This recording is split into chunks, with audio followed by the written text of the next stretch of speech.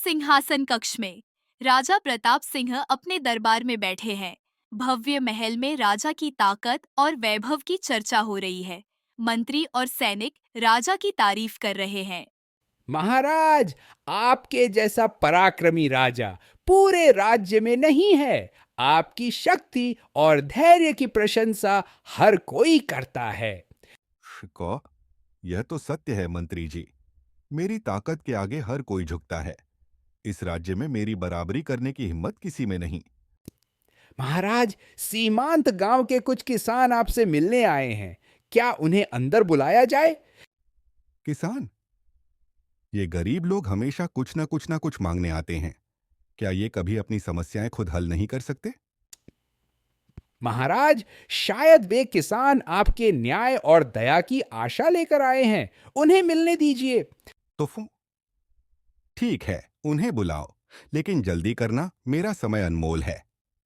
दरबार में 3 किसान आते हैं। उनके कपड़े साधारण और चेहरे पर मेहनत की लकीरें साफ दिखाई देती हैं।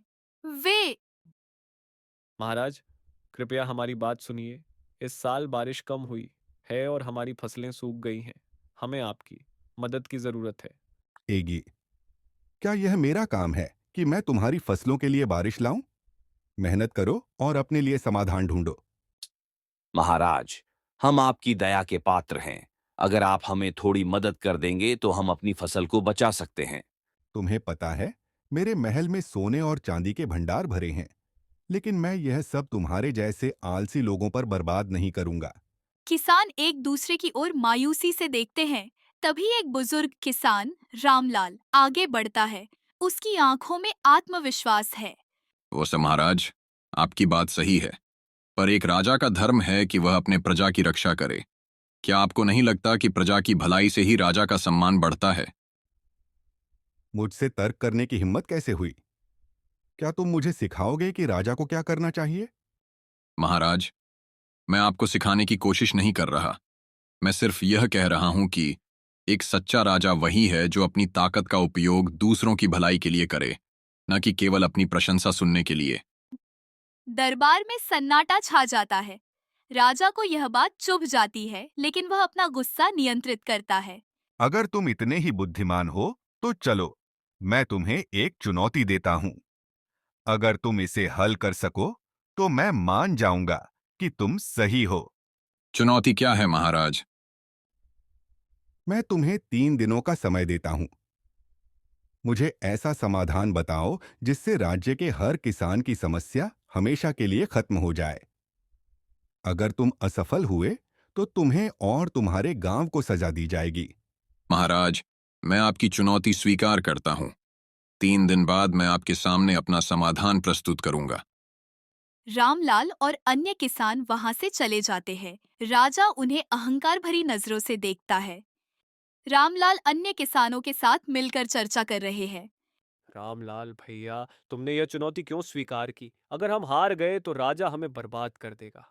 डरो मत भाइयों। राजा को घमंड है कि उसके पास शक्ति है, लेकिन असली शक्ति हमारे एकजुट होने में है। अगर हम मिलकर काम करें तो हमें कोई नहीं हरा सकता। लेकिन भाई, समाधान क्या है? हम ऐसी क्या युक्ति लगाए? राजा को हम क्या जवाब देंगे? संकट का समाधान सामूहिक मेहनत में छिपा है। हमें अपने संसाधनों को बांटना होगा और राजा को यह दिखाना होगा कि हमारी एकता उसकी शक्ति से बड़ी है।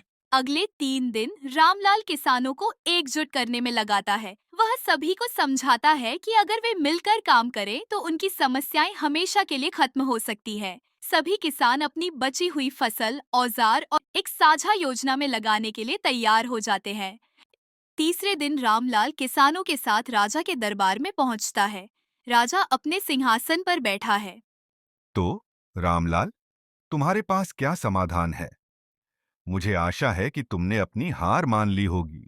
जी महाराज, मैंने वो योजना सोच ली ही यह है कि महाराज, हमने सभी किसानों को एकजुट कर दिया है।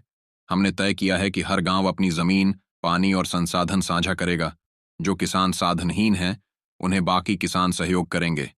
इसके साथ ही हमने एक नया साझा भंडार बनाया है, जहां हर किसान अपनी फसल का थोड़ा हिस्सा जमा करेगा। यह भंडार आपातकाल के समय पूरे राज्य की मदद करेगा। लेकिन यह कैसे काम करेगा? महाराज, एकता में शक्ति होती है। जब हर कोई अपना छोटा सा हिस्सा साझा करता है तो एक बड़ी ताकत बन जाती है।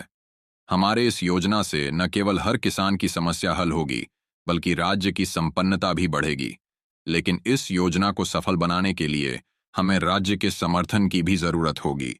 अगर आप करों में छूट देंगे और हमें अपने संसाधनों का सही उपयोग करने देंगे, तो राज्य में कभी कोई किसान भूखा नहीं रहेगा। दरबार में सन्नाटा छा जाता है। राजा थोड़ी देर सोचते हैं और फिर कहते हैं कि महाराज, रामलाल की योजना वास्तव में व्यावहारिक लगती है। अगर इसे सही तरीके से लागू किया जाए तो यह राज्य के लिए वरदान साबित हो सकती है। रामलाल, तुम्हारी बातों में दम है। मुझे यह स्वीकार करना होगा कि तुमने अपनी बुद्धिमानी से मुझे परास्त कर दिया। यह राज्य तुम्हारे जैसे लोगों की वजह से ही मजबूत बन सकता है। मैं इस योजना को राज्य की नीति के रूप में लागू करने का आदेश देता हूं। इसके साथ ही किसानों पर से अगले 3 साल तक का कर भी माफ किया जाएगा।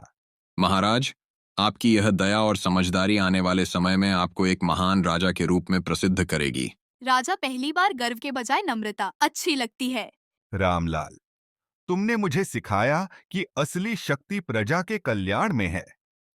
आज से यह राज्य न केवल मेरा, बल्कि हर किसान, हर नागरिक का है। दरबार तालियों और जय घोष से गूंज उठता है। रामलाल की योजना के सफल कार्यान्वयन से राज्य में खुशहाली छा जाती है। राजा प्रताप सिंह अब प्रजा के बीच एक आदर्श और न्यायप्रिय शासक के रूप में जाने जाते हैं।